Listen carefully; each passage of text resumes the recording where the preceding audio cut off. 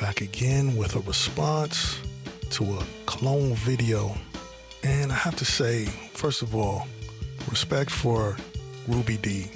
He seems like an honest teller of his story.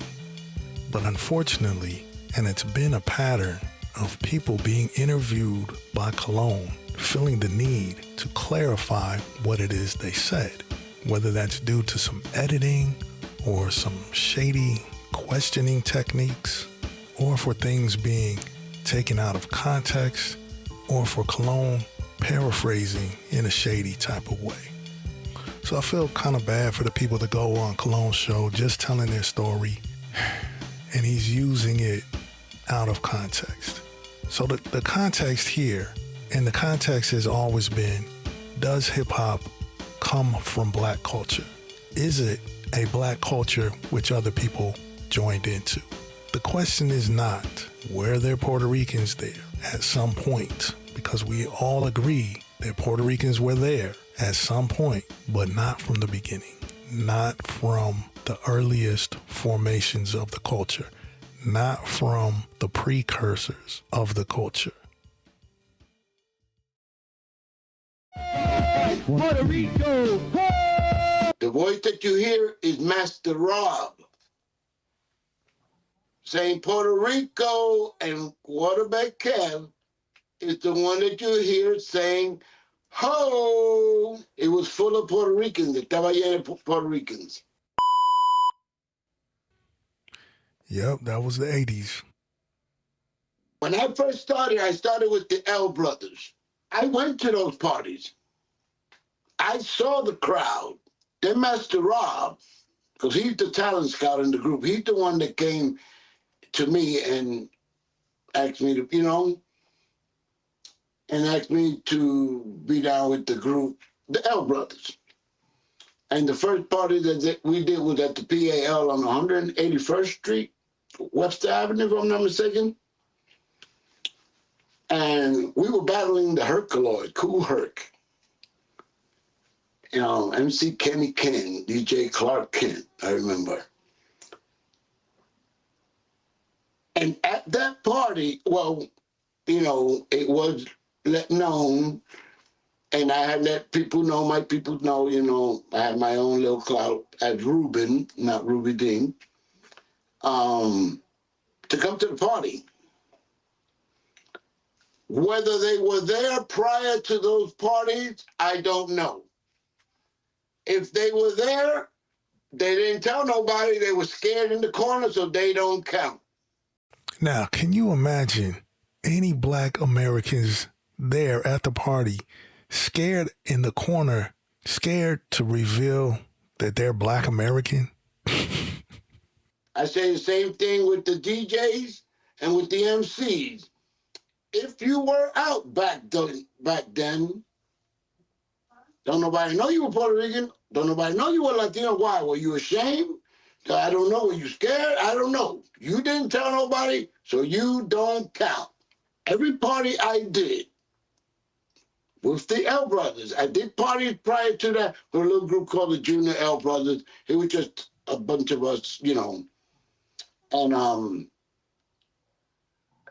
from the first party I did, that I became MC Rubie Dee, all parties were full of Puerto Ricans. Mid-1970s, according to Cologne, of course. Now, maybe Cologne should have just asked him instead of trying to interject this date, because according to some other interviews, it would have been more like 78 or 79 when Rubie Dee joined the L Brothers. And they said, bro, this dude is telling you that when he was at a jam, he was the only Latino in there. That's what he said. When I first got down with the L Brothers, and I was the only Hispanic person in the club. That according to Rubie Dee, people didn't know that Whipper Whip, who was also one of the first Puerto Rican MCs, they didn't know he was Spanish. And Rubie Dee didn't know Whipper Whip was Spanish until they became friends and he went to his house. That's what I wanted to ask you. Was it recognized that Wit was Spanish, or did everyone think that he was a light-skinned black man? That would be no to the Spanish, and yes to the light-skinned black man. Did you know Wit was Spanish soon as you met him? No, not until he got down with us. Then he spoke Spanish to me, and when I went to his house his mother called him Jaime, or James in Spanish. And that's definitely a common theme we have with many of the first practitioners who are not originally Black Americans. He ain't black, but he's fresh out the back, y'all. And now all you Puerto Ricans are in for a treat. The Puerto Rican karate, funky beat. Hey, Rubie Dee is my name, and I'm a Puerto Rican. You might think I'm black by the way that I'm speaking. And this dude who was known for editing and clipping videos to make it seem people said something other than what they actually said. I find it very interesting. There was many a times, again, if you were Latino, because remember, look at me, I don't, I have a brother, a darker brother, if you were Latino and you didn't say nothing, nobody knew you were there. All right, let's watch some of these slick edits. So as far as I know, there were a few parties that I went to, and I was the only Latino there. Edit. Depending where you were at.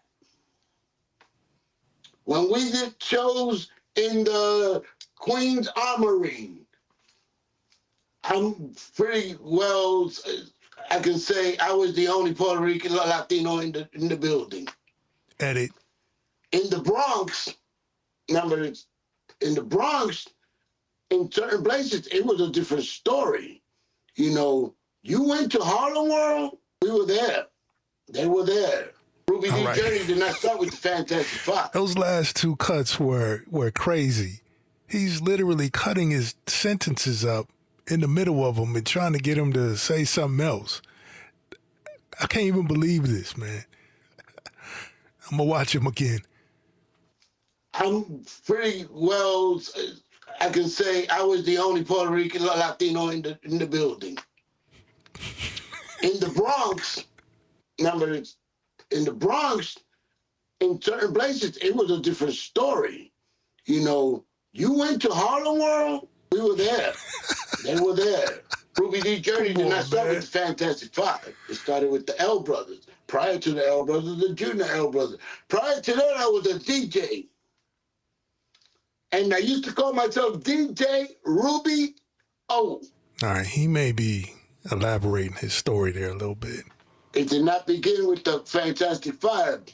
Some people seen interviews with Lord Jamel, and where they hear me say 1979, but they're talking about the Fantastic Five.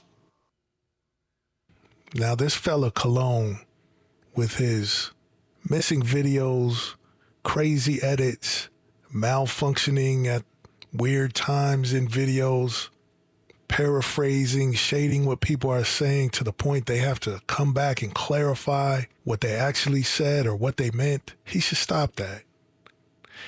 And I've personally given him a path out. And it's not an easy path, but it's simply to admit that we're dealing with a mythology. And with new information, we should be able to change our minds about that. I did it. I used to believe that hip-hop came from Jamaica. I taught people that. And yeah, it's somewhat embarrassing. But it's more embarrassing to keep digging a hole for yourself with no way out but to keep lying. Now, I've come up with another way out for Cologne. Do you remember this self-defense expert? When he first came on the scene, he was serious. He was very serious. But as time went on and people saw how ridiculous it was, what he did is he leaned into it and he became a parody. I really think Cologne could blow up if he leaned into it. Just lean into it. Go wild with the edits. Let me hear something about James Brown. He's Puerto Rican. The Jubilaires, they was Jamaican. And Puerto Ricans using the N-word, that's not assimilating to black culture. That's assimilating into Spanish culture. It's a Spanish word, right?